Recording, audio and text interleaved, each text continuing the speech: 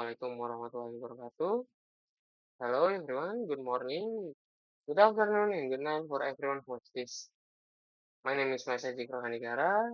I'm from Dinasar Informatika University, and my major is English Literature. So today I will explain about analyzing classroom organization. This is my classroom management midterm project. So without further ado, let's begin. There is an outline. First, introduction. Second, what is classroom organization?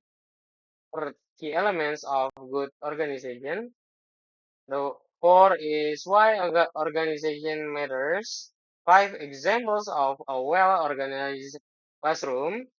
Five personal reflection. And the last part two. I will solve the problem of part two tasks. First, introduction. Classroom isn't just a place where learning happens. It's a space that shapes behavior, focus, and motivations.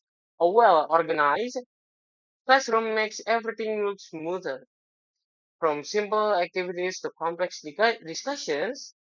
Today, let's explore how arranging a classroom wisely can improve both teaching and learning experience. Second, what is classroom organization? Classroom organization means more than putting desks in a neat rows. It's about designing the environment to support students' engagement and effective management. It involves arranging the physical space safely, sharing daily routines, and making material easily accessible. Well organized room feels welcoming and helps students know what to expect. The third, key elements of good organization.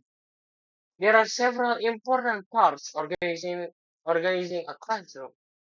First is the physical layout.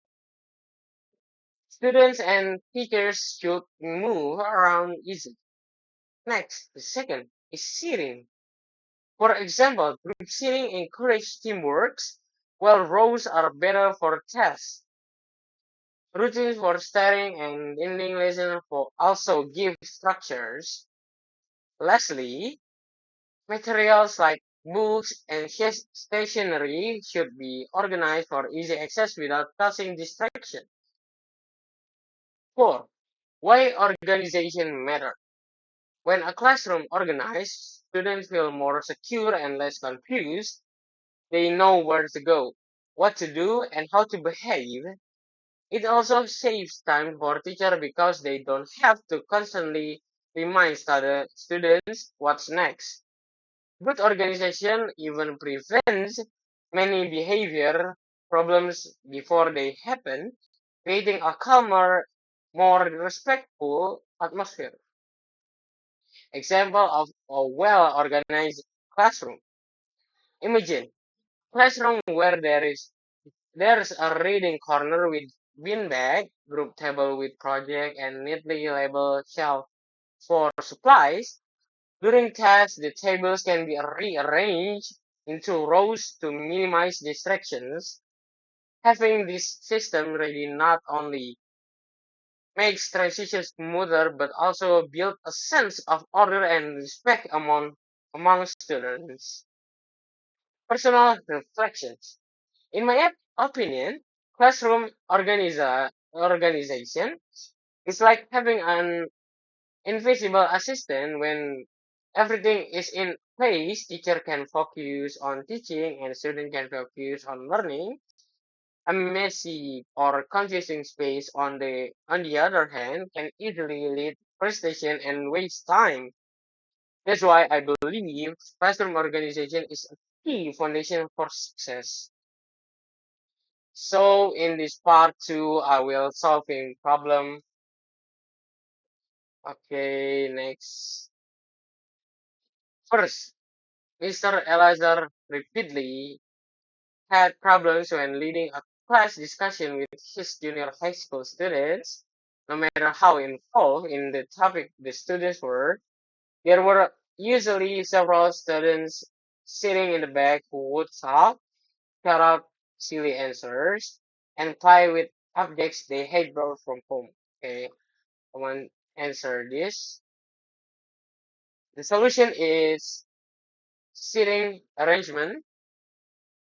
More move disruptive students closer to the front, rearrange seats in a U shape to promote better arrange engagement, clear expectation, set clear rules for speaking and listening, and constantly enforce them.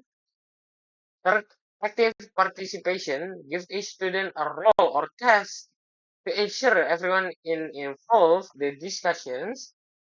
And the less engaging activities use interactive methods like group discussion or multimedia to keep students focused and engaged. So number two is Devana was one of the most provocative and disruptive students Miss Diandra had ever taught. Throughout class, he continuously talked to girls and teased students sitting near him. He made inappropriate and sarcastic remarks in response to almost anything Miss Diandra said. When confronted by her, Stefano grinned charmingly and responded with exaggerate courtesy to the delight of the other students. So, to solving the problems is seating and supervision. Place Stefano near the teacher to ensure better monitoring and away from friends who encourage his behavior. Second, consistent consequence. Set clear consequence for disruptive behavior and ensure they are constantly applied.